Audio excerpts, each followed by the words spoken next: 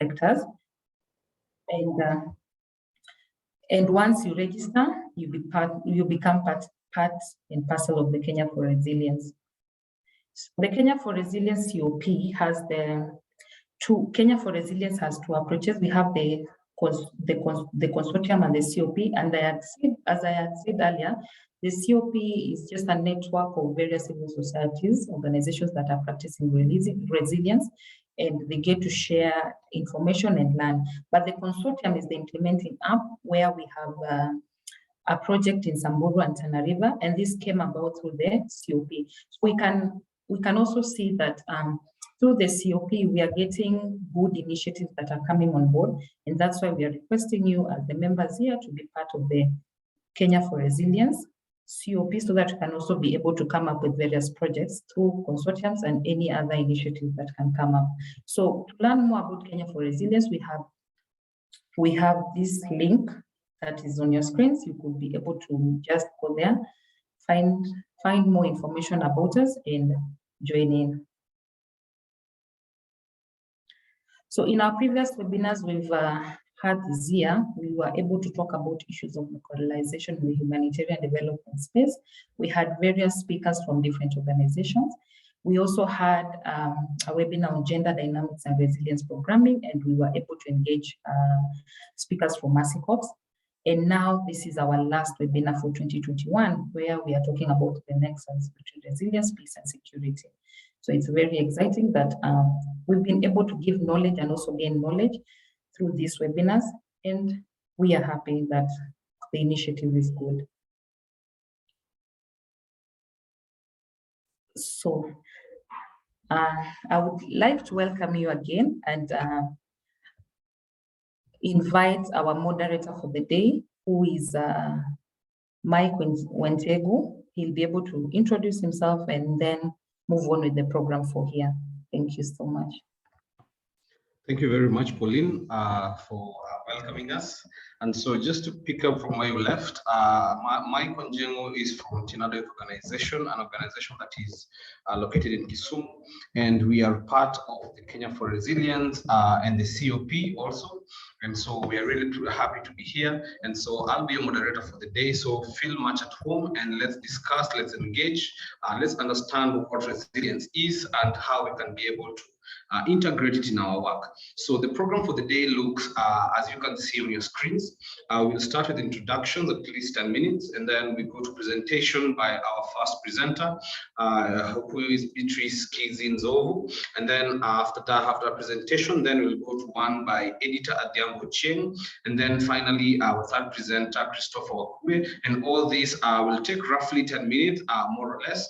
And then after that, we will go on to the question and answer session, whereby we will engage and any questions that you have regarding the topic of the day, regarding how you can be able to join into the K4R, and also how you can be able to integrate the work, this in your work, then we can be able to engage in that Q&A session. And then we'll have the speakers concluding remarks for at least 10 minutes, and then we'll have a feedback and closing for 5 minutes, and then we'll call it a day. So welcome everyone on board.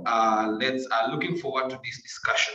So the question of the day that will be guiding us in this discussion then is, how will your organization implement learnings from the resilience, peace and security webinar? As you know, we are all here to learn, and that's why I've said we are here to engage, especially with the Q&A section, just to get more insights in terms of resilience, peace and security. So the question of the day will be, how will your organization implement the learnings from this webinar, so that you can be able to continue to contribute to this work of resilience and peace and security. Thank you. Let me go to the next slide. So without further ado, let me welcome our first presenter. She has 15 years experiential knowledge and expertise in peace building, dealing with climatic, economic, ideological, political, and resource-based conflicts, with a keen interest in women, peace, and security. She has engaged with regional and international bodies, including the African Union and the United Nations. She's an African feminist scholar and certified trainer on peace building. She is currently the team leader Africa country programs, which includes DRC, Ethiopia, Kenya, Somalia, and Sudan, with the Life and Peace Institute. She holds a graduate certificate in women's peace building leadership from Eastern Mennonite University in the USA. She has a Master of Arts in Peace Studies and Conflict Transformation from the European Peace University, Austria. She has a Bachelor of Arts honors in sociology from Maseno University, Kenya, and she is currently pursuing her doctoral studies in African Women Studies. So, ladies and gentlemen, help me to welcome Madam Beatrice Kizi Nzovu, who will take us through as the first presenter to take us to the first session. Welcome, Beatrice.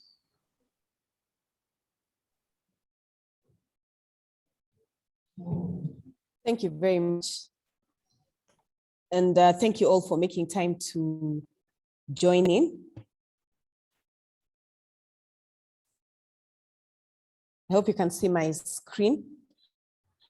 This afternoon, I will be setting the same terms of starting the conversation on when we speak about resilience, what exactly do we mean?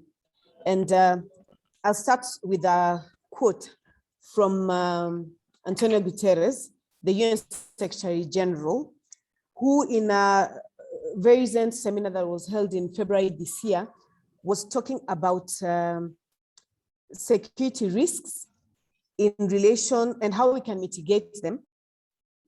And can only mitigate them through resilience building. And one of the things that he said, which resonates with what Pauline had mentioned earlier, was he said that we must embrace security that puts people at the center. So not the work, not the building of boreholes or roads or buildings, but that people must be at the center. And I just want to share that, as we are all familiar, at the moment, the Horn of Africa region is facing a number of challenges. When we think about Ethiopia, we have a situation where the fear of famine is bigger than even the fear of the bullet. When we look at Uganda, we look at the recent ISIS-claimed terror attacks that happened just this week. We look at South Sudan and we think of the continued uncertainty. We look at Sudan, which is just coming out of a coup and struggling through a political transition gone wrong. Then when we look at Somalia, the violence continues. And closer home, when we think about Kenya, we are already beginning to see signs of political violence emerging. And sometimes these things mean people fleeing from their homes and losing their means of livelihoods. And so what we call the Horn of Africa is already bellowing the sound, but the sound is not welcoming. And therefore this conversation couldn't be more timely, because it is indeed time to speak about how do we work together towards resilience, peace and security. Now, having said that,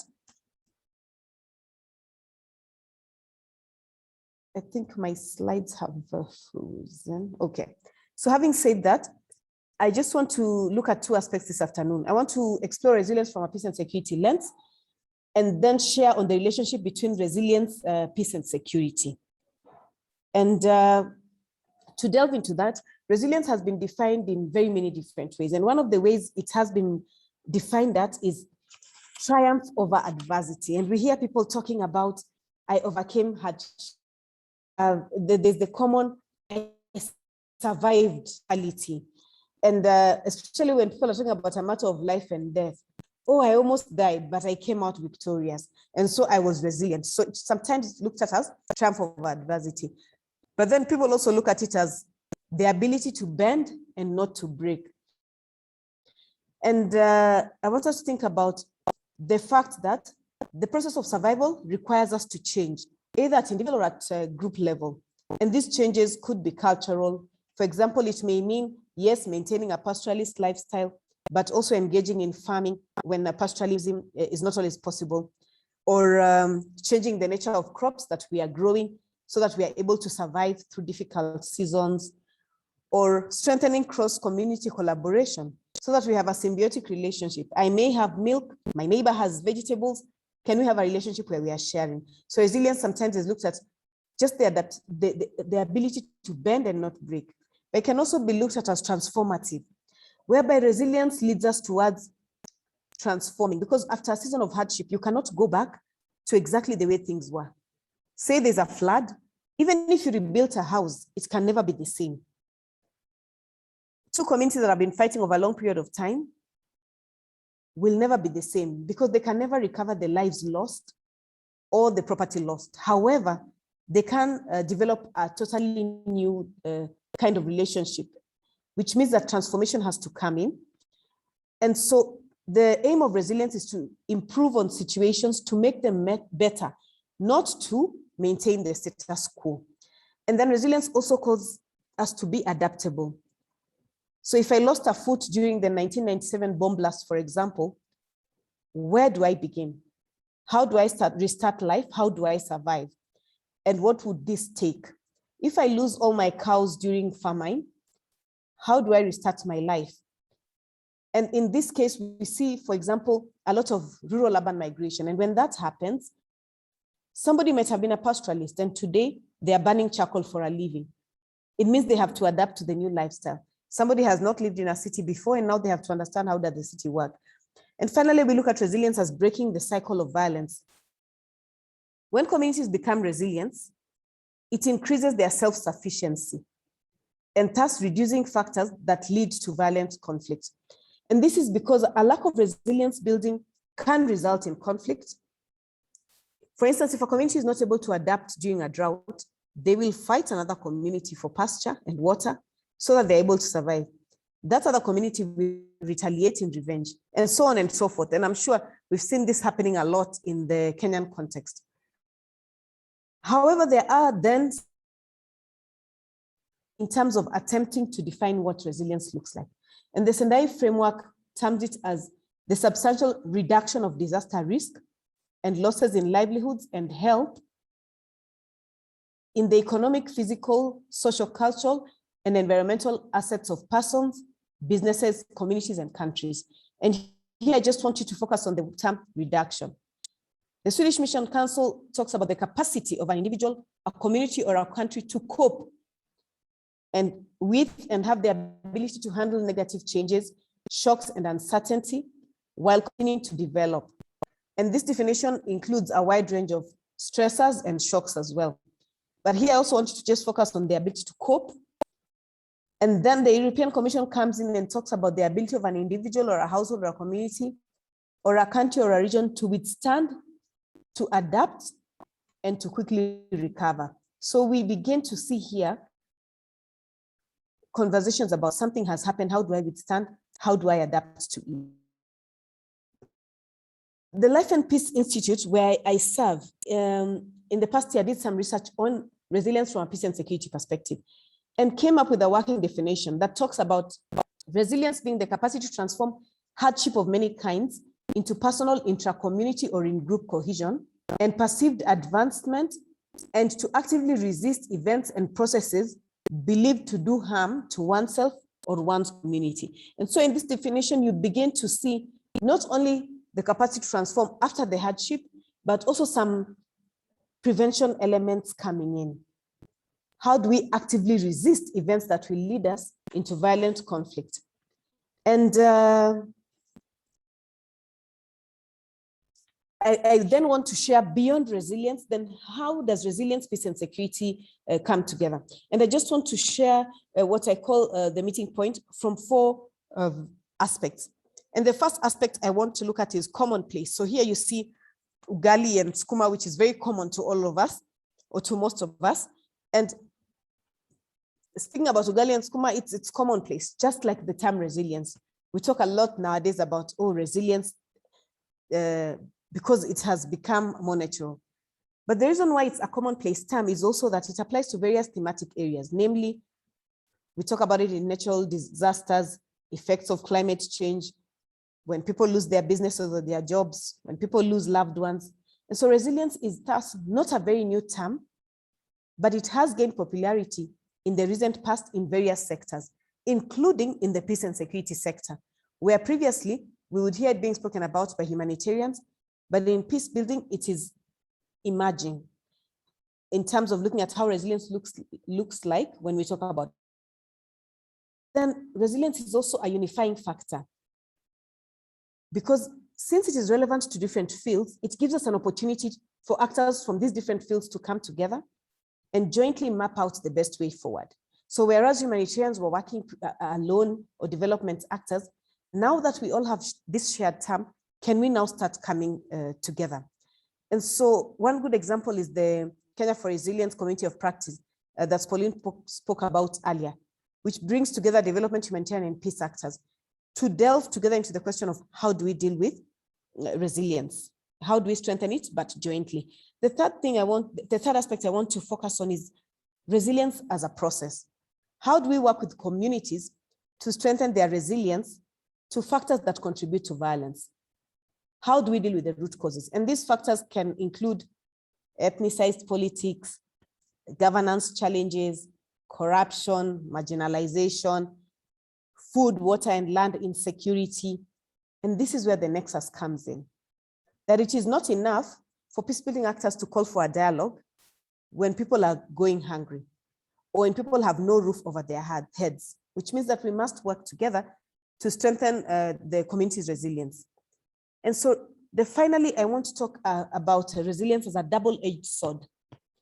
When it comes to peace and security, communities can build their resilience in two ways. They can build their resilience to either work more cohesively with other communities, or they can build their resilience to say, let us arm ourselves so that the others cannot attack us. And so resilience is in many ways, especially in peace and security, not a passive term that we talk about, but it's active. Yes, we want communities to be resilient, but how do we get there? And who do we need to get there? Just to, as I wrap up, I want to talk about violence as a form of resilience, because when the Life and Peace Institute was undertaking its research, one of the things that really emerged was that individuals were sharing that they became more resilient because they had a violent past. So the community feared them. And because the community feared them, because of their name, nobody would dare to attack them or their families or their friends, which means this violence became a form of resilience for them. And I want to leave us with a question, whether the kind of resilience building and strengthening that we want to engage in, is it going to make communities feel more obligated to create violence as a form of resilience? Or is it going to be an opportunity for them to look at it as an avenue of growth, of change, and of strengthening cohesion? Thank you very much. Thank you very much, Beatrice, for that wonderful presentation. I hope we have been able to follow through and as she has been taking us through that presentation. For those who have been joining us, welcome to this webinar. And for everyone, we request that kindly you can check in the chat box. You will find a link which we'll use to register for this webinar. Kindly make use of it and register your attendance in this webinar. So we can go on to the next presenter, but even as we go, kindly if you have any questions that are arising, you can note them down in the chat section, or you can write them down, and then at the Q&A session we'll be able to address all those questions. So our next presenter, she's an unapologetic and a proud feminist. She's a champion for women's rights and believes that that every woman have their rights and they need to be respected and fulfilled. Her goal is a society that enables the full development, safety, access to equal rights, fair justice, and self-actualization of young women. She is a founder of Feminists for Peace, Rights, and Justice Center located in Kibra. The center aims, this center that is located in Kibra aims to build leadership among young women and to serving as a multi-generational organizing and networking platform for young women. So ladies and gentlemen, well, help me to welcome Madam Editor Adhiambo Ochieng, as she's our next presenter who will be taking us through the next session. Welcome, Editor. Okay, thank you so much, Mike. And I'm going to present without my camera because I realized that my camera is blurry. And again, I'm trying to pick up with also the internet plus power, wherever I am. So my name is Editor, as he said. And first of all, I want to appreciate Life and Peace Institute for working with us through this journey of resilience. And at the same time, also in absentia, I want also to recognize the efforts of my colleagues from different settlements, because we came up with this toolkit, and it has been a journey since 2019 to date. And also appreciating Kenya for Resilience for this opportunity, because this is a space of learning and relearning. And as I work in the community, that has been the daily thing, to learn and to ensure that we're making our communities better. First of all, I want to talk about my lens on resilience and insecurity. So resilience is an instrumental strength that helps people, organizations, institutions, or countries to see, analyze, and understand different forms of insecurity that disrupt peace, and helping them to recover readily from crisis and from crisis. And we cannot talk about resilience and peace and security without also touching about sustainable development, because we exist in this life because of sustainable development goals. And when we look at goal number 16, talks about peace building, and 17 talks about building relationship. And some of the efforts that we've taken to build resilience to the effects of conflicts are diplomacy through political institution, use of conflict resilience, that is ability to resist or recover from conflict, through social cohesion by preserving institution, relationship, and pattern of that form of the foundation of cohesion. So right now, I'll just go and talk about resilience toolkits. And the use of the toolkit is to build relationship, change power, and also promote equity. And this is so important because most of the time when you look at the peace building space and peace building and security space, there is inequalities. And so there is importance of building relationship, changing also power dynamic, and also promoting equity in the world. And the purpose of the toolkits also is to help the peace builder to integrate resilience into conflict analysis toolbox, cast light on day-to-day, often invisible and dramatic, informal efforts to resist violence and insecurity, provide foundations for more effective, locally informed peace building work by LPI and other like-minded people. So resilience in conflict analysis toolkits started as a journey. And the first time when we were meeting, we were just meeting for a cup of coffee somewhere in Isili. And then we were just talking about our communities, and then we identified people in our communities who are resilient. And then later we met 8 of us. After that, we were led by Luke and BTC, and it was really a nice conversation, because now when we are meeting the next time, we are meeting because we wanted to design the process. And it was really, really challenging. And it was also interesting at the same time, because the design was involving us from the communities. We are 8 researchers from Mathare, Kibera, Isili, and Majengo. And everyone was involved in this process effectively and meaningfully. So we came up with questions that we wanted to ask. And later we came up also with the target audience, people that we wanted to meet.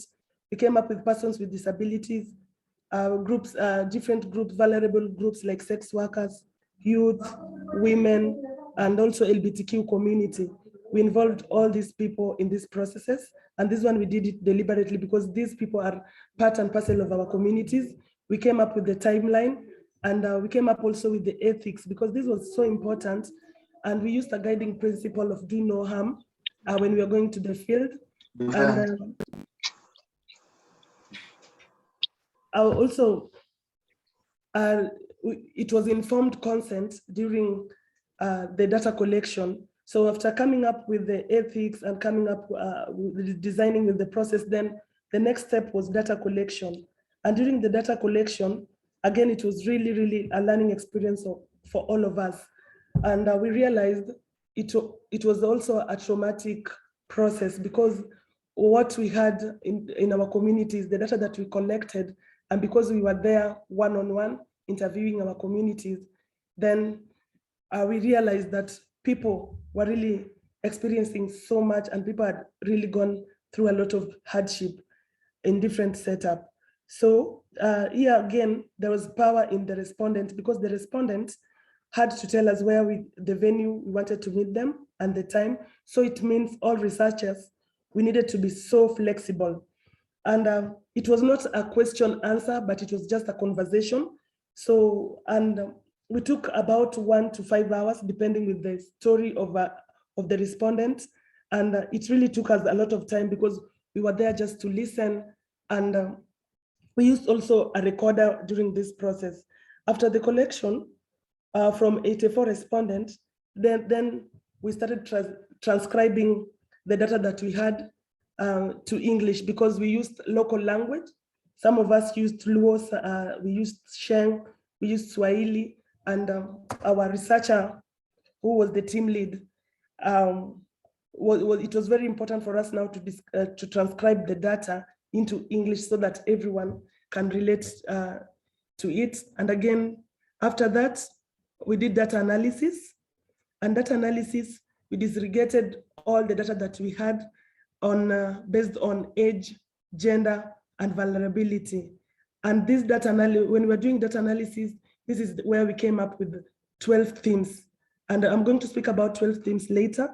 After data analysis, we did data validation. This is so important in local community, because most of the time, I was just sharing with Alan, people take a lot of data from us, local community, but they fail to come back to share the data that they have, the report that they have, or the outcome of or the results of the process. So it was so important for us just to go back in this community and tell the community, this is what we have, and this is what you told us in the previous conversation. And it was really fun, because even we got, during that process, we had so much information, and the information were recorded, and we reached more than 200 persons in all targeted areas. And when we're doing data validation, we were really also so sensitive, especially with the names, because people had really gone through so much, and some of the people were so confidential, and some of the people, it was first time for them even to share their stories in the community. So the names were so anonymous, and it really also gave them power of building more confidence as we were going on the process. Then we launched again in our communities. We went back, we shared the data, we had fun, we ate, and also it was just fun, just like launching. And during the launching, because we had the information, so we transferred the information through compact discs so that everyone could have the information that they gave us during the data collection processes. And we went to toolkit development, researchers orientation, and training. This was also a very sensitive process, because now we were coming together to learn about resilience and conflict analysis tool, and how we can use the tool now, because we have this data, we have all this information, and we've categorized them into 11 themes. Now it was upon us now to sit down again and look at how we're going to use these 11 themes in our communities and different areas. We went for orientation, and we discussed about the themes in an in-depth way. And then we decided now we are going to test the themes in different localities. That is Mathare, Majengo, Kibera, and Mathare, Majengo, Kibera, and Isili. So we tested the toolkits. First of all, we started as the researchers, and we went to Mombasa to test the toolkits among ourselves. We had enough time. It was 5 days testing the toolkits, editing, adding, coming up with different exercises. And then after that, we had to test the toolkit with the respondents. So when we're testing the toolkit with the respondent, we decided that we needed not more than 12 people in a session. So we divided the first and second respondent, because we had met 84 respondents in different, in all the areas. So we divided them, some were 10, some were 12. And we also considered people who are visual impaired to come also with people who could support them in this process. So after that, we did community-based organizations tests, we did community tests, we did rural tests in Garissa and Turkana, we did regional tests, that is LPI's country managers.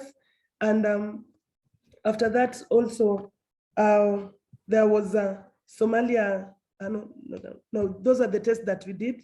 And then we did with Kenya for Resilience, like 3 weeks ago in Mombasa. Again, there was community dialogue, and in the community dialogue, we were trying to integrate toolkit into existing dialogue in our communities. For example, because I lead Kebera, it was really easy to bring 2 different groups of young women that had issues, and they were really violent to each other. So using the resilience toolkits, we mobilized them, brought them together, especially the leaders in the groups, and then we started discussion using these exercises that you have in the toolkits. And it was really, really nice because at the end of the day, they were able to reconcile to each other. And believe me, right now, they're doing projects together, they're doing business together. And this is something that happened 1 month ago, because when we're discussing this, also they realized their potential. Rather than fighting, they realized that coming together could give them much potential. Coming together could give them much energy to work and promote our communities in a positive way. So we were enabled to spark new types of conversation in these planned dialogues in different setup. We did 8 dialogues, 2 per area. And again, later, now we had peace actions, because when we're speaking about resilience toolkits, our main aim from LPI is building peace and security in our areas. So peace action, we're using toolkit data to design peace building and resilience practical actors that respond to community needs, because we are looking at what is the community need. We were not exposing anything from us, even if we were researchers and we are coming from the area. We were meeting people at first, discussing what is the issues in our community, and then the community were coming up with different issues. For example, in Kebera, we had crime rate was really high, we had insecurity, and again, there was political temperature that was too much. So people were like 50-50 because of political intolerance.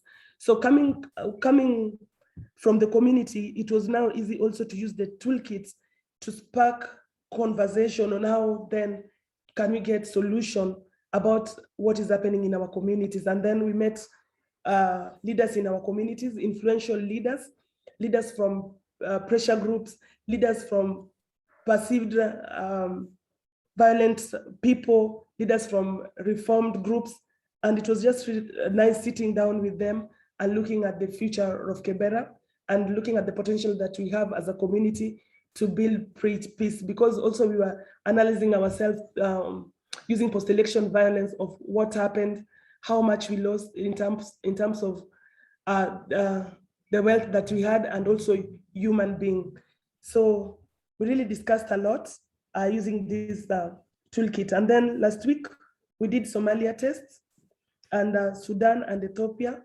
It's pending because they're really requesting us to go to Sudan and Ethiopia also to train on these toolkits. Advantage of using the toolkits, it's helping. It begins with the local understanding and understanding the toolkits, because when you look at the toolkit very, very well, anyone in the world can use the toolkit. It is simple, and you can use it. You can use it with any language that you want, and the toolkit resonates with everyone who is being facilitated to. The data talks to the people and make them understand where people draw their resilience from. Even if you don't tell anyone where they draw their resilience from, through the toolkits, you'll just find people talking when we have a dialogue, and then they will say, this is where I realized I was drawing my resilience from, depending on the theme and the exercises. And again, it identifies, codifies, gathers data on resilience to conflict and violence. And this one also, it is so important because when we're using the toolkits also, like every single day in the field, we get to collect so much data. We collect to get people who have behavior change, attitude change. And yeah, that is the advantage of using these toolkits. And again, using in multiple settings. Like when we're using these toolkits, everyone can use. I was just sharing with Alan here that even groups like maybe violent groups, if they will take these toolkits, they can use it. Any person, especially vulnerable groups, especially women. I talked about sex worker previously. I talked about us, peace builders, can use the toolkit and resonate with the toolkit very well, because we have a series of exercises through which respondents are led in a very critical, in a very simple way. Component of toolkit, we only have 2 components of toolkits. We have the themes, exercise, we have 3 themes, exercises, and outputs. And in the themes, we talked about 11 themes. And in the 11 themes, we have context. And in context is just thinking about discussing, when we're discussing about context, we discuss about how do we think beyond our survival, ability to move around, the frequency of insecurity that is happening in our areas, home, that is theme number 2, sense of belonging, pride in your area, and change of stereotype. For example, right now, if you've never come to Kibera, last time I was just speaking to Pauline, and then I was telling Pauline I come from Kibera, and Kibera also have people like me. But because there is information that she's heard about Kibera, it will even hinder her to visit Kibera. So we, at our community level, how do we change these stereotypes that people, negative stereotypes that people have talked about in our areas? Sense of self is our theme number 3, and is the belief that personally I can make change, my individual capability, and also my purpose. Because sometimes when you don't understand that we can make change and our individual capability, then it lowers our self-esteem. Then there is the importance of discussing our purpose and also boosting our self-esteem and looking at, as an individual, how do I transform my community in a positive way? How do I build peace, a peaceful cohesion in my community after realizing my purpose in that community?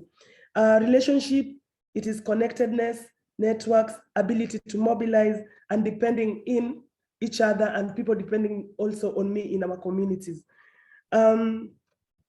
Personal history as our theme number 5, and we discuss about experience of violence and injustices, memories that we have. And when we're talking about good memory, we talk about memories.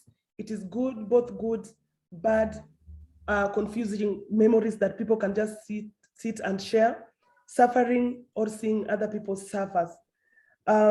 Capacity for empathy is wanting to understand others. Communicate with violent actors and change their behaviors. So here, with capacity for empathy, most of the time in peace building processes, we'll talk about violent people as the other group. But right now we want to look at how do we build relationship with violent actors? How do we understand the violent actors, and how do we change their behaviors? Working with them in a peace building journey, working with them and understanding, yes, their stories, working with them and understanding they have potential and something to bring on the table in peace building processes. Theme number 7 is capacity to transform, and is discussing about ability to change positively through hardship. Because we know everyone has a story, but again, how do we bounce back? How do we give our community? How do we share our story in a very positive way? How do we influence other people? Insecurity to gain strength. Some people in our community, Beatrice has just talked about, and we realize, especially in Kibera where I come from, some people have gained strength because of the insecurity they caused the community previously. Learning from shocks and adapting for the future. Theme number 8 is authority, is feeling about other people, relationship with the authority, figures, It is something that we need to understand because people have labeled different communities. We have labeled police, peace actors has been labeled. So we have labeling in the community, but right now when we speak about authority, then there is importance of talking about relationship with the authority, state actors, security services, and violent groups. Theme the other is comparing your group identity to another group, community, area, or ideology to fight against yourself from others, and also talking about ethnic groups and intercommunities or religious line. How do we involve the other person? If I'm a Christian and maybe you're a Muslim, how then do we engage an understanding in an understanding on, yes, we have different ideology, we come from different areas, we come from different religion, but our main purpose is to build peace in this community as much as we have different ideology. Our generation, and this one specifically from the data, it came mostly from the young people because the young people felt like they were not included. And it was so important for us also to talk about generation. And there was interaction and perception across age group, like older people, sai tunaona ni watiaji, younger people, when you are young in this country and you don't have a job, everyone will perceive you as a very lazy person. And also how young people and adults see each other, and how do we bridge this intergenerational gap through these dialogues in the community, and also opportunities to talk about the youth and how youth are treated in this country, because in matters of peace building, youth can play diverse role. And sometimes we are the criminals, sometimes we are the oppressors, sometimes we are the victims as young people. So it is also important to talk, to spark conversation through theme generation, get to understand what is the need in the ground and how can we build a better community involving young people in peace building processes, looking at the gap and looking at how do we bridge this intergenerational gap. Violence,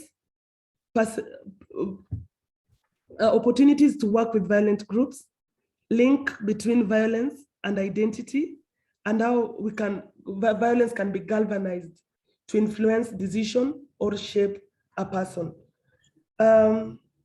So with the exercises, talking about 3 components of the toolkit, I've just talked about the themes and described a little bit 11 themes that we have, and we have different exercises. Exercises are attached to each theme. We have more than 5 exercises in one theme, and the intention of exercises is to interactive. It is interactive, promote self-reflection. Participants naturally understand about resilience without being shown or directed, to gather a collection of rich, qualitative, and individualized data over the exercises, because this is something that we noticed, however much we are dealing with groups in the community, but sometimes also in these groups, we cannot work with groups just blanketing them without realizing also we have different people in the community who are individuals who faced more challenges than other people. And then right now, and yes, after this, both the researchers, the participants, and everyone has something to go home with through these exercises, interaction, just the dialogues that we had. It has really made our communities to transform. This is something that I've seen in Kibera.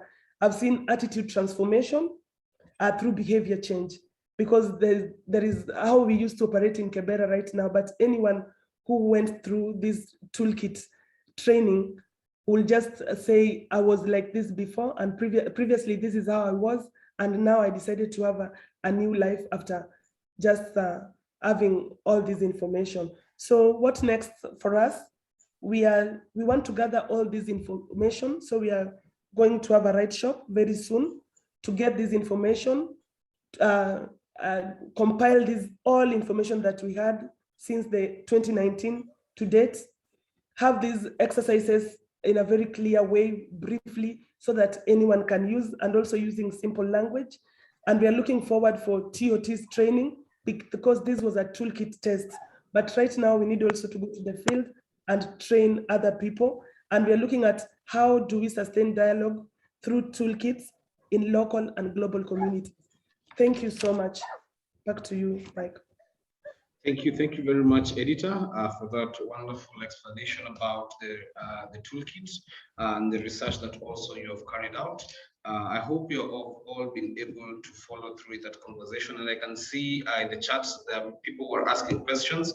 So yeah, I can see people already following up. So without further ado, kindly let me now welcome our third and last presenter. So he's the country co-director for Equal Access International, a peace building and project management professional with 19 years of experience. He has previously worked with Safer World and Pact Incorporated as a senior program officer. Has undertaken consultancy assignments involving trainings, evaluations, and research in Kenya and the East African region. He holds a Master's of Business Administration, Strategic Management from University of Nairobi, Kenya, and a Bachelor of Philosophy from Pontifical Urbaniana University in Rome. Ladies and gentlemen, let us welcome Christopher Wakube as he's the third presenter. Over to you, Christopher. Thank you very much, Mike. Yeah, so I want to pick from where both Beatrice and Editor have left. I think they both did a very good introduction. Beatrice introduced to us the links between resilience, peace, and security, the definitions. And Editor has been able to really give us practical example of what they did with the toolkit and the experience that was there. So for me, I'm going to look at still the same nexus, but answering a couple of different questions. The first one is how does resilience, peace, and security interlink with humanitarian and development efforts? So looking at this question and bearing in mind what we've already had, definitely there is a link between resilience, peace, and security. And if you look at the different sectors, the different fields, whether it is the peace building field, whether it is the humanitarian field, or whether it is the development field, we are dealing with the same person. It is the same human being. So there is definitely going to be an interlink on how we can work together as different actors to address the same human being. Now, it has been said, and I think even Editor mentioned this, we cannot have development without peace and security. Sustainable development cannot exist without peace and security. Just a good example. So this morning, I was in a meeting with the CEO of the Frontier Counties Development Council in Kenya. It's called FCDC. And he was explaining that, first of all, the majority of the counties are counties which are along the Kenyan borders, the northern and the northeast. Counties like Mandera, Wajir, Garissa, Marsabit, Turkana. And was giving the example that what led to the formation of FCDC was because about 7 years ago, just at the onset of revolution, the governors from these counties realized that in as much as they tried to do development, they could not succeed without there being peace and security. So they sat down and started the FCDC, and they started even engaging the national government on how they could contribute to issues of peace and security. So definitely you cannot have development without peace and security. Then if you look at some of the examples, and I think Beatrice touched on this, some of the things that, some of the shocks that also affect peace and security, things like natural disasters, definitely. You've seen places where we've had floods or even earthquakes, and then you see how maybe insecurity steps in, gangs come about, and such like. Issues like climate change, and I've seen even from the charts, people asking about climate change.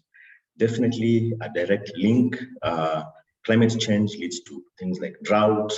Drought then leads to resource-based conflicts, and this leads to maybe displacements of people, deaths, and even destruction of property.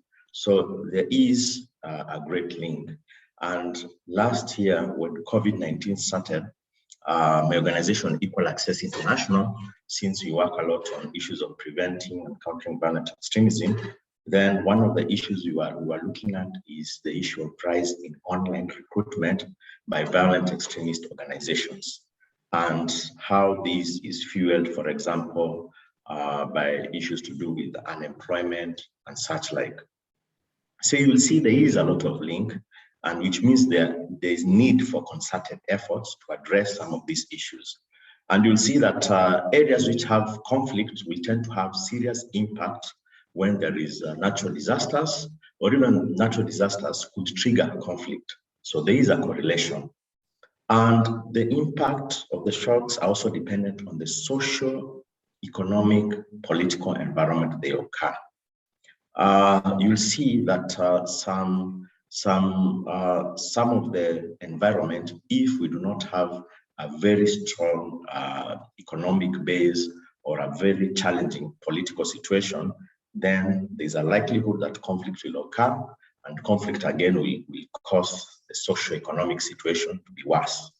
Again, the issue of governance and cohesion. A cohesive community is able to deal more with shocks better than one which is not cohesive.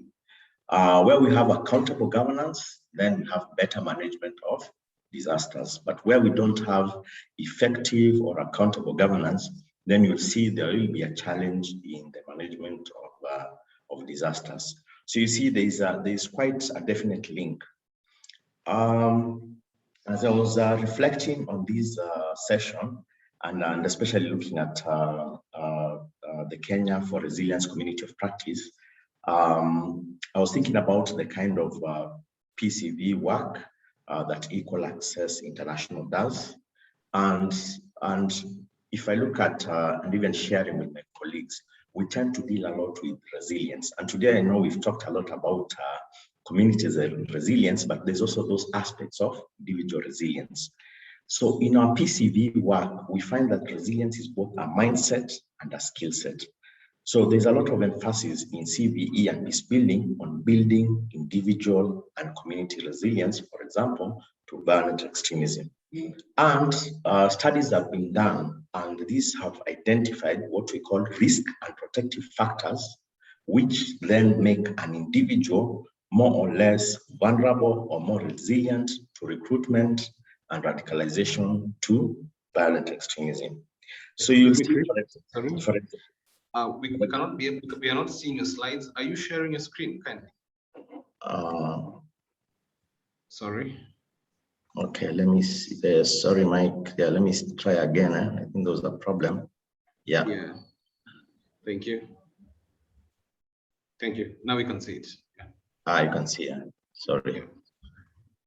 Yeah. So you will find there are those what we call risk and protective factors that make an individual either more or less vulnerable or resilient to recruitment and radicalization to VE.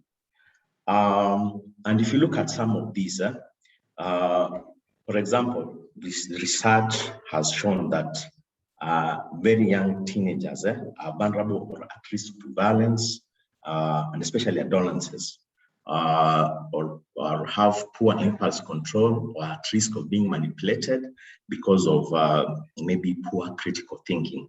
And then this would then affect how they're able to decreases their resilience and increases their vulnerability to violence. And that's why you find that some of the violent extremist organizations then will target the very young adolescents.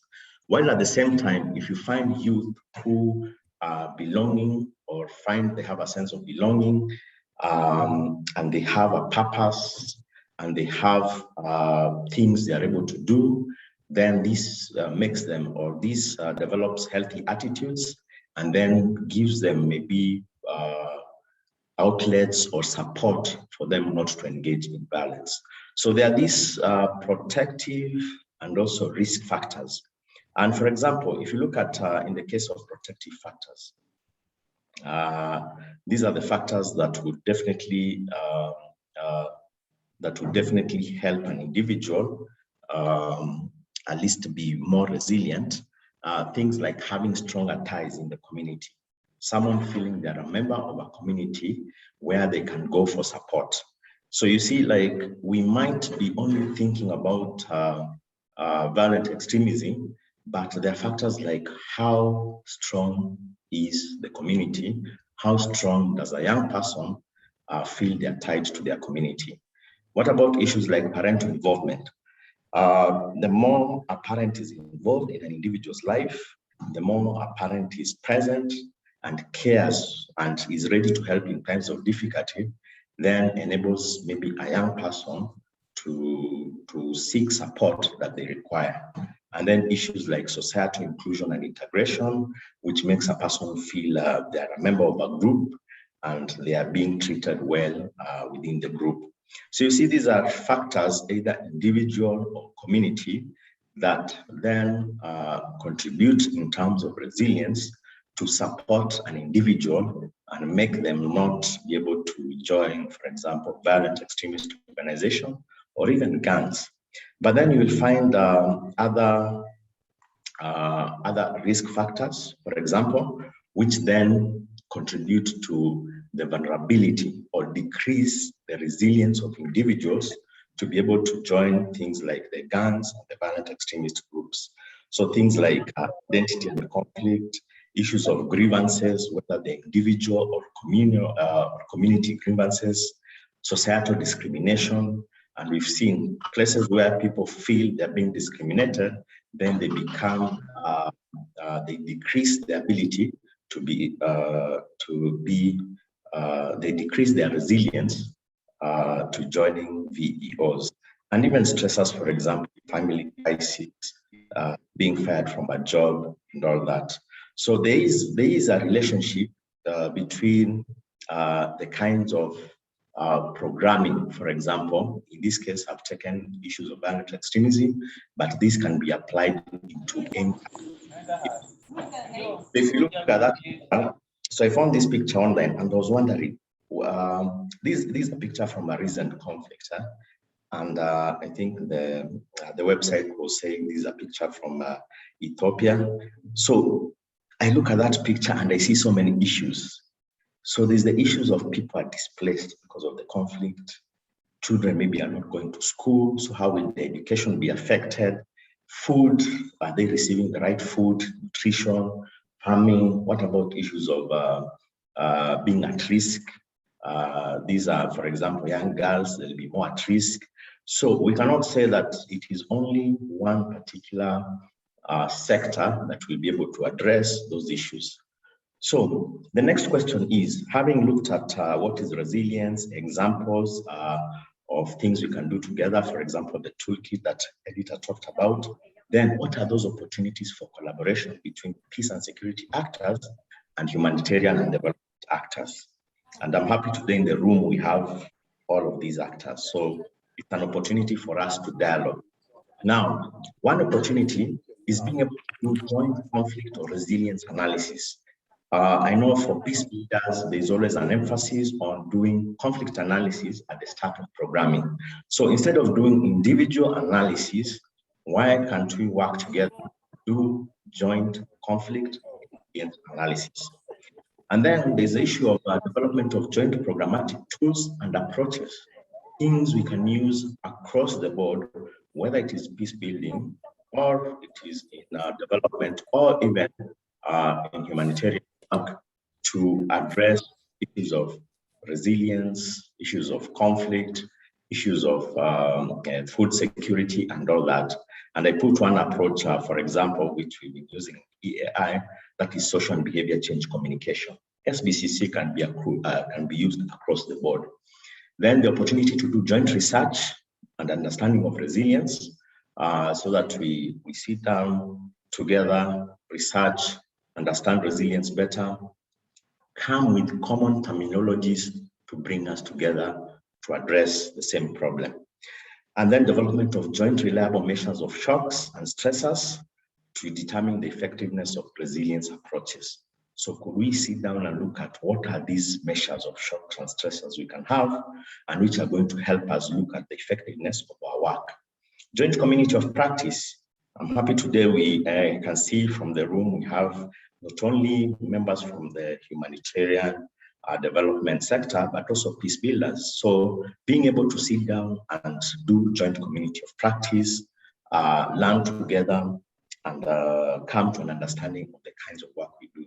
And then the issue of early warning, early response systems. You will find that people working on issues of food, maybe people working on issues of, will have their own early warning, early response. People working on issues of conflict, again, then have their own early warning, early response. How do we integrate these systems? Because at the end of the day, some of the measures, for example, if there's a drought, most likely some communities will move to new areas, most likely there will be conflict. Issues of also, we can look at opportunity for joint fundraising and resourcing. You've had the example of what Edith has talked about, the whole of that process. Yes, it was supported by Life and Peace Institute, but then how do we bring together other actors? How do we develop things together? And then how do we fundraise to get resources to be able to do this work? For example, if more actors came to support the rollout of that toolkit. So joint fundraising and resourcing. And then I was looking at a study done by Masiko, where it was talking about building resilience to shocks through peace building efforts can support food security goals.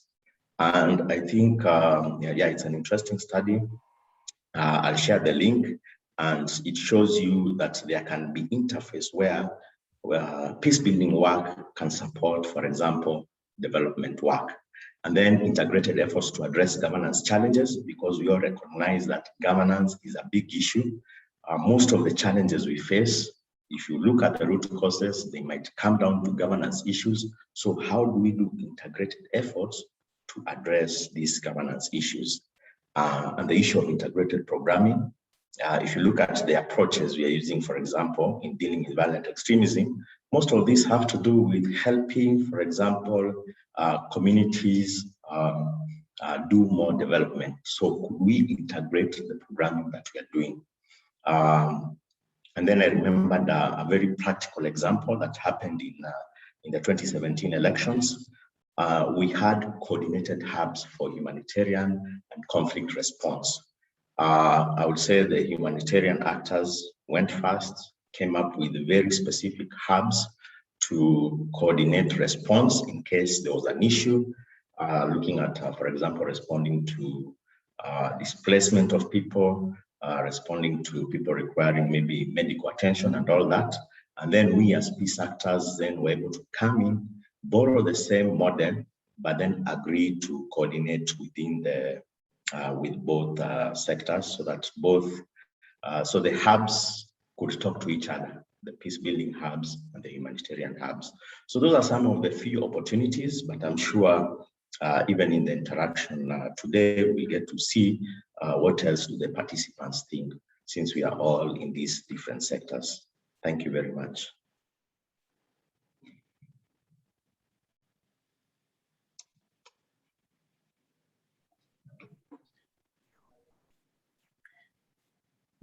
Thank you so much, Chris. And thank you, Beatrice and Editor. Very good presentations.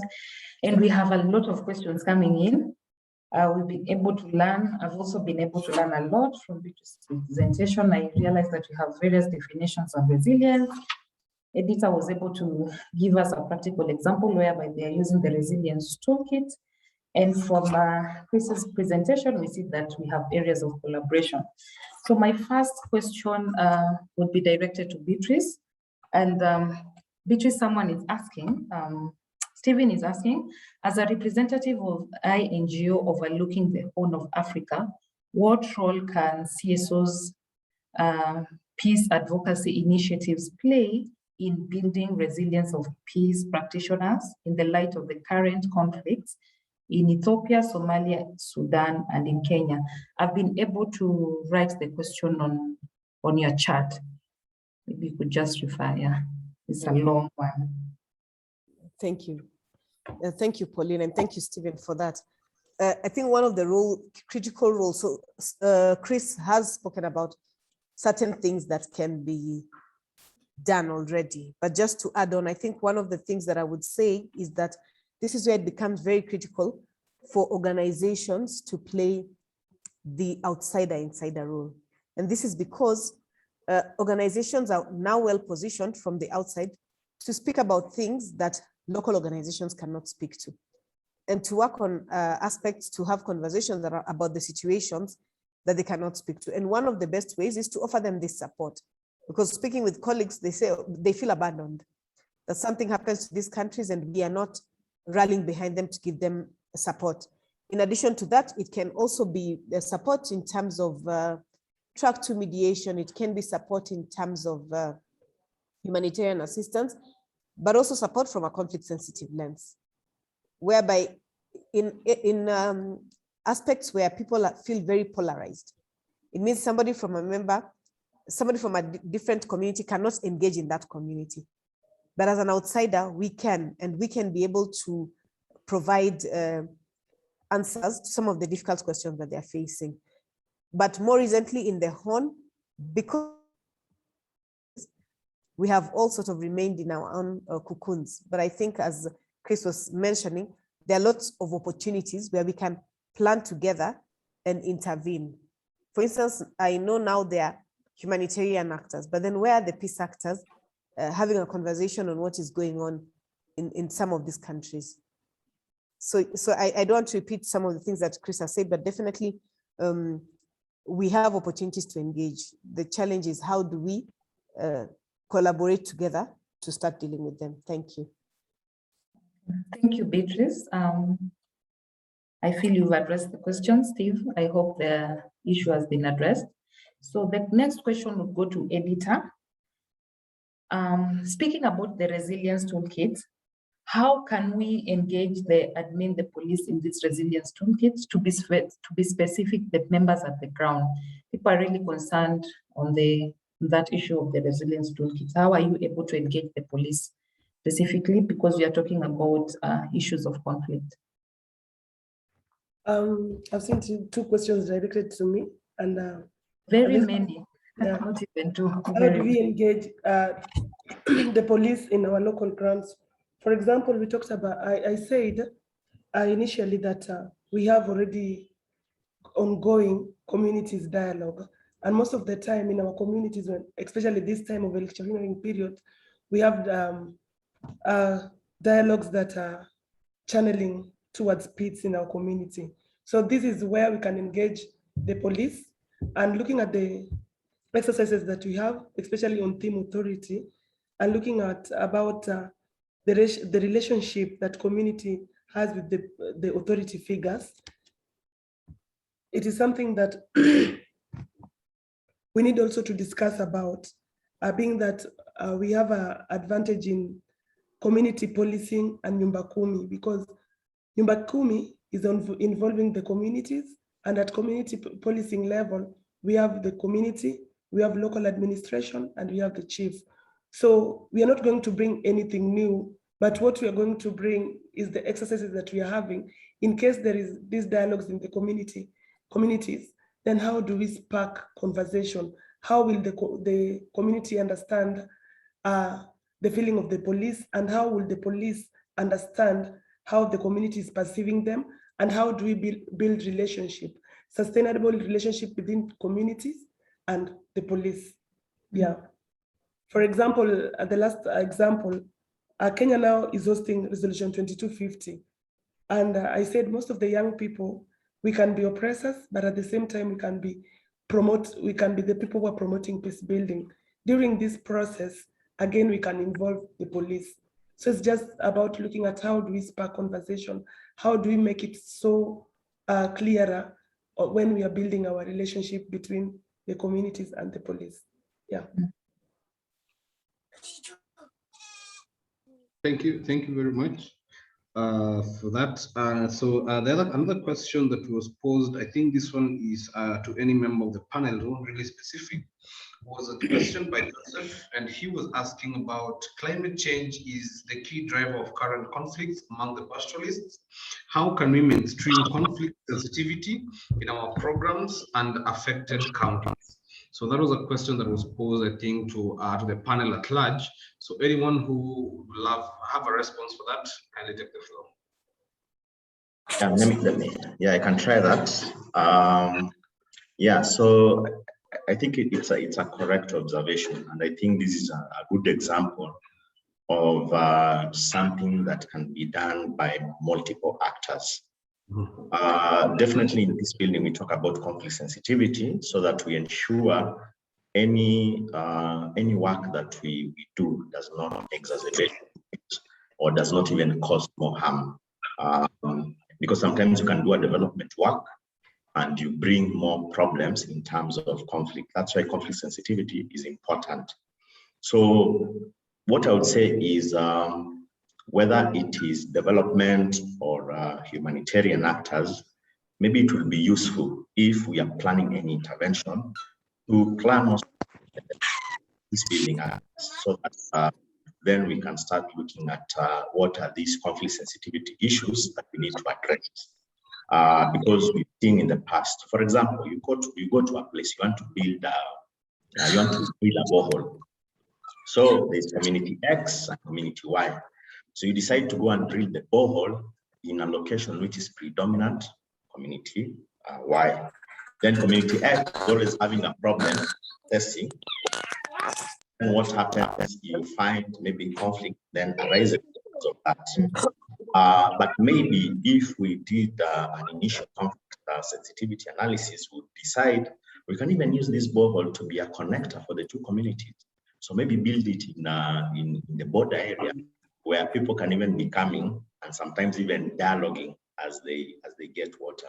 So I think I agree that's a good opportunity to address one. For us, we look at it as a driver of conflict, and we can still see it as an issue. For example, the issue of drought because of the climate change, but then do this analysis together, look at the conflict sensitivity, even in humanitarian response, so that we are able to balance out and not exacerbate tensions or conflict cause harm.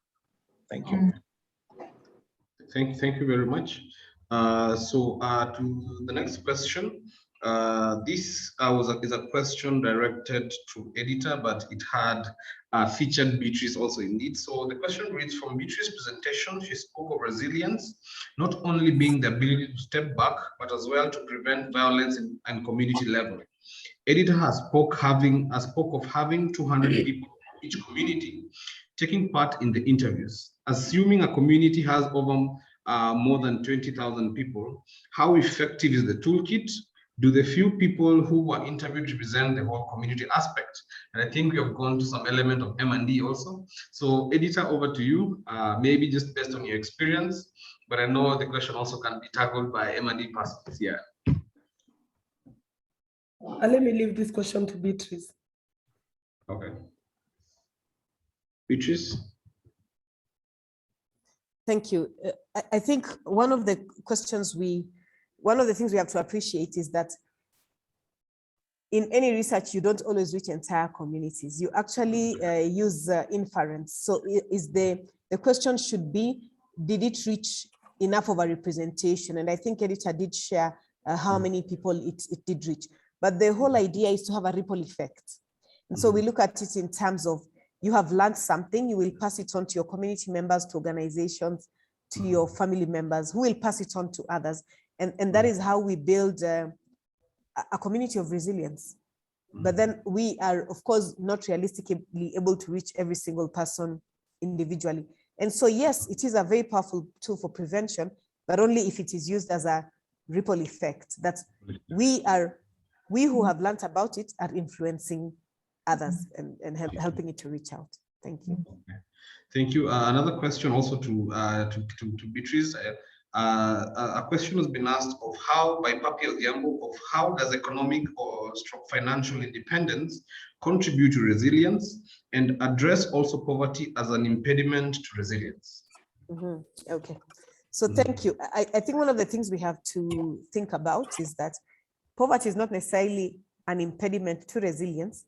It could actually be an opportunity for resilience, because when we are in a situation of poverty, we have to think about how do I have new innovative ideas? How do I get myself out of poverty? And it is not really like the model of everybody opens an M-Pesa shop within the same locality. Can you do something different? And so for me, poverty is actually can be something that spurs us on. I think resilience. If I don't have everything, how do I survive with what I have? How do I adapt? And say, for example, it's a community that eats fish and one day all the fish die. How will they adapt? They have to survive. And so for me, resilience is about building that adaptability, transforming and being open to change. And so really for us as a continent, as Africans, I always think about poverty is our opportunity. The question is, how do we get out of it? How do we strengthen resilience towards poverty? By coming up with new structures and opportunities for people to survive. And this can be humanitarian, they can be development, but they can also be structures on cohesion as well. Thank you. Thank you. Thank you very much. So another question that came up from Kevin. She's according to editor Diambo Chin, the resilience toolkit can also be very effective to violent extremist groups. So his question is, how will that help security actors in our society, since the idea is to reduce violence and, if possible, do away with it altogether? Oh, thank you, Kevin. And when I talked about maybe Al-Shabaab adopting this resilience toolkit, it is something that it's going to help them, because here we are speaking about positive transformation. How can they use this toolkit also for them to transform their attitudes? Because yes, we know how hostile they are, but in the toolkit, we're also speaking about opportunities to work with violent actors. If this toolkit will reach such violent groups, such peer pressure group, then this is also an opportunity for them to change their attitudes and even behavior. That's why I talked about how toolkit can be used all over the world with different groups for positive transformation. Thank you. Thank you. Thank you very much for that, editor. So the other question is, Daniel is asking about thinking out of the box. Hearing all aspects of the resilience toolkit, I have discovered it's generally based on speaking out. Now, my question, I want to know maybe what type of people living with disabilities, sorry for that, is persons with disabilities were involved in the development of the toolkit. Speaking to the capacity, I'm having many friends that are deaf and dumb, whom in some aspect have felt they have lost their resilience. Is the toolkit workable for such a group also? Yeah, so I think it's a question on inclusion. Maybe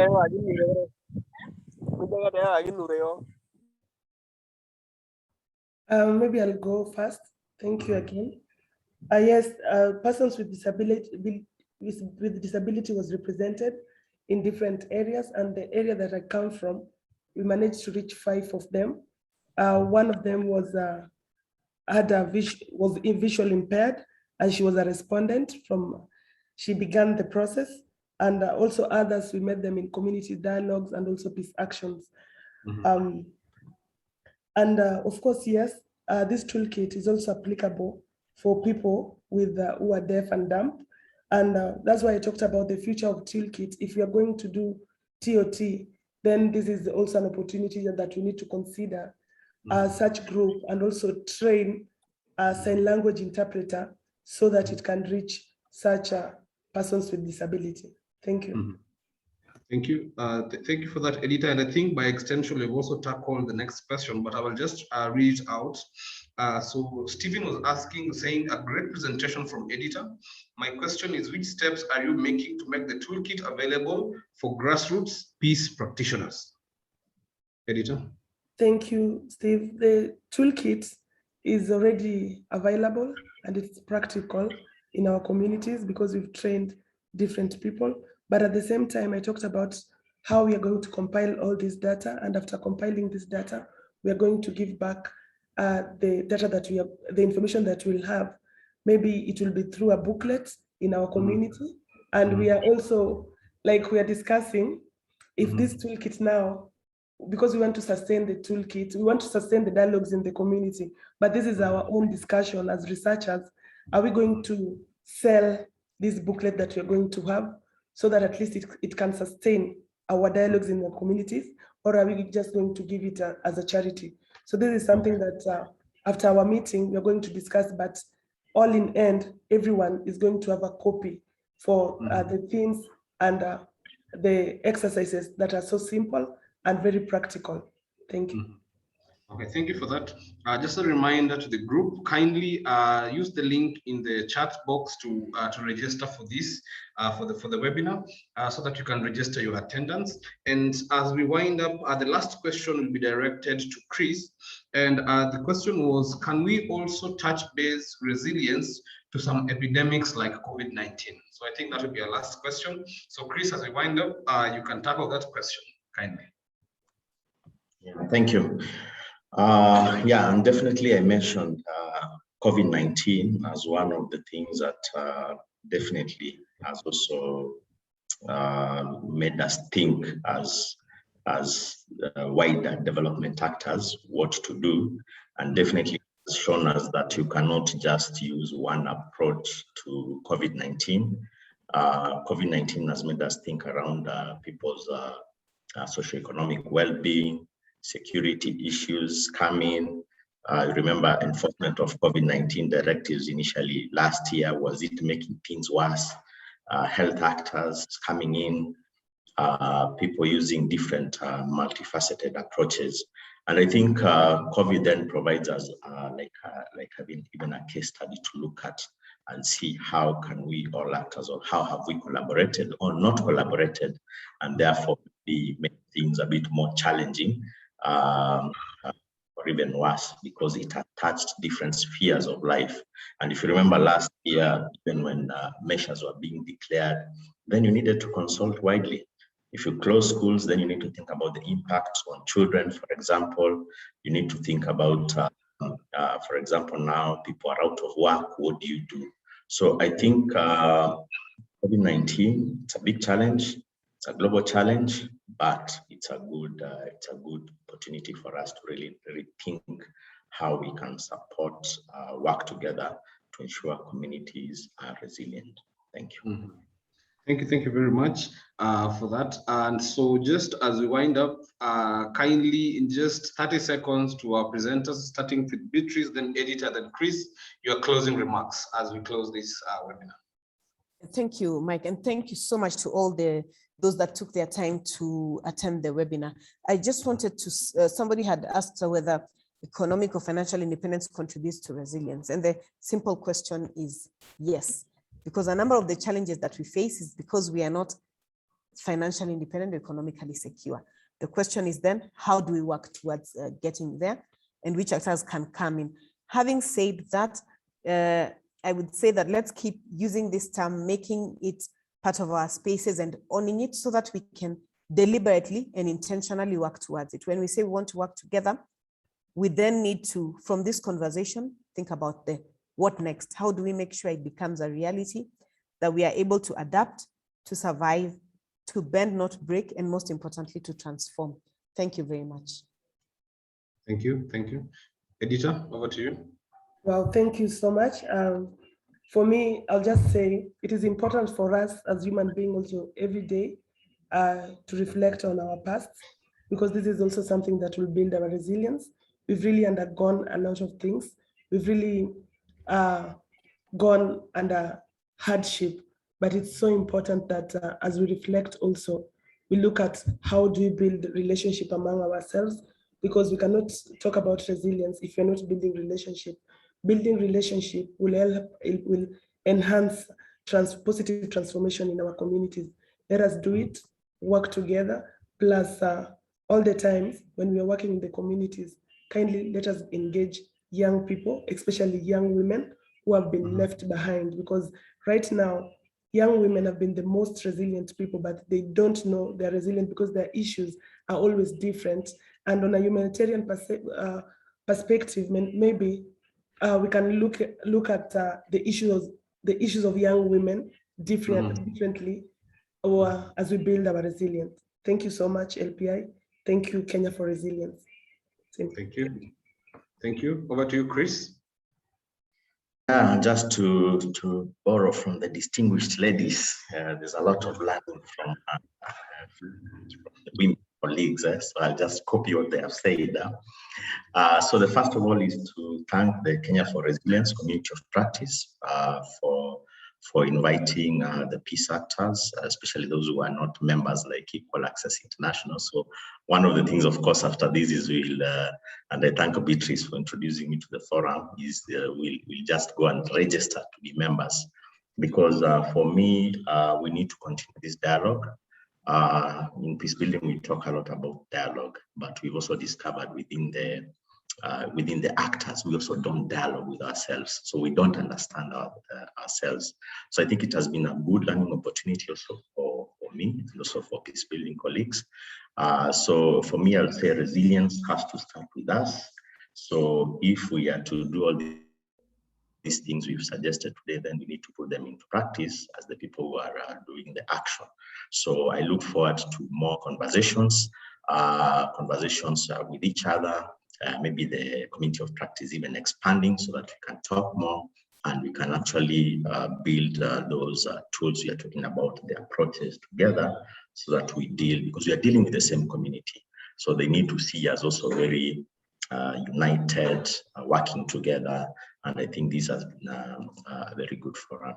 Also, thanks to all the participants for the questions, quite interesting, for the sharing, also quite interesting.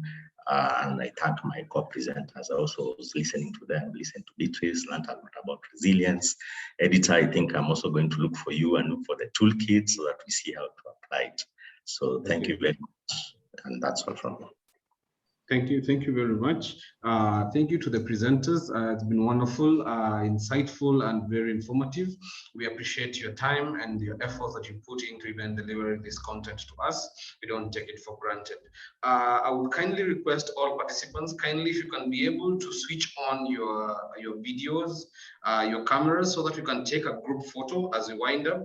And also now, I will remind you to register in the link, and also to fill in the evaluation form that will be posted in the link and that will pop up after you exit the Zoom meeting. So kindly make sure that you answer that evaluation form also. And at this juncture, I want to welcome Pauline also, just to take us through the closing remarks as we close this meeting. Kindly, we can put our videos on just for the group photo as Pauline comes on board.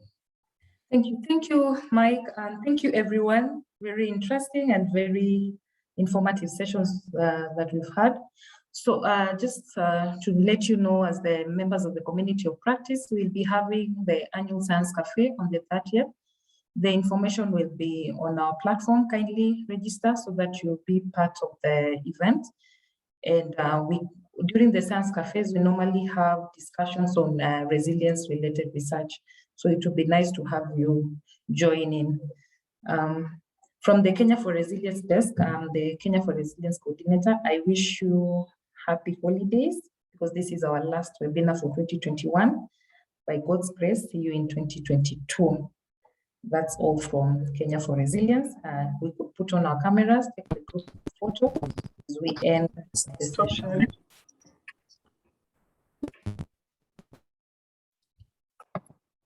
Okay, Michael Omondi, Stephen Opondo on page 1.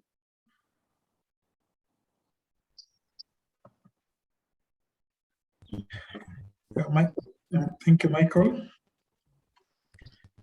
Okay, I'm going to screen 2. Diambo, Ellen Ongera, James Mwangi. And we have a good number here. We've not switched on. Francisca Ros Palulu. Okay, thank you for that. Now the last screen. Onyango, the last one to do that. Yeah, thank you. Thank you. Over to you, Pauline. Thank you very much. Thank you all, and we'll be able to share the presentations to your email and the contacts for the presenters, just in case you'd like to have more information. Yeah, we would. See you. Bye bye. Thank you very much. Hey, kumbe you are just beautiful like this. Sikuwa nimekuona. Hey, with a gap. Hey, people are beautiful here. Wow. So thank you. Thank you all. Bye bye. Bye bye. Bye. Bye bye. Bye bye.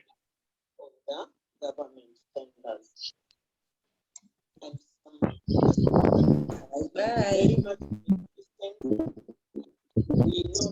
Where is this Michael Omondi? I want to see this Michael.